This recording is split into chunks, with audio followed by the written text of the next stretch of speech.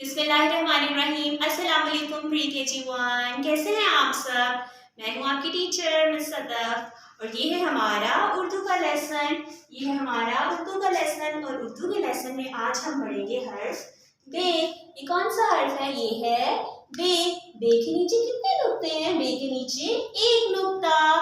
बंदर बत्तख बिल्ली खाला, बे के नीचे एक नुक्ता डाला। बे के नीचे कितने नुक्ते हैं? एक नुक्ता। बे से बस्ता, बे से बस, बे से बतख, बे से बिल्ली। तो मैं आपको बताती हूँ कि बे लिखते कैसे हैं। इस नुक्ते से शुरू करना है, सीधे आना है लाइन पे, पेंसिल नहीं उठानी और ऊपर जाना है। ये है हर्फ बे।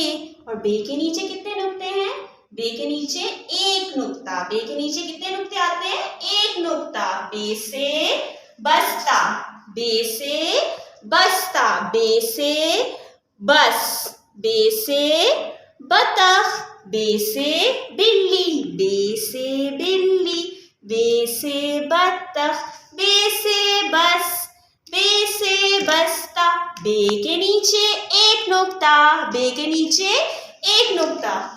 तो प्री KG1 आज हमने कौन सा हर्फ पढ़ा? हर्फ बे। इंशाल्लाह अब हम अपनी अगली वीडियो में अगले हर्फ के साथ मिलेंगे। तब तक के लिए आप सब अपना ख्याल रखिएगा। अल्लाह।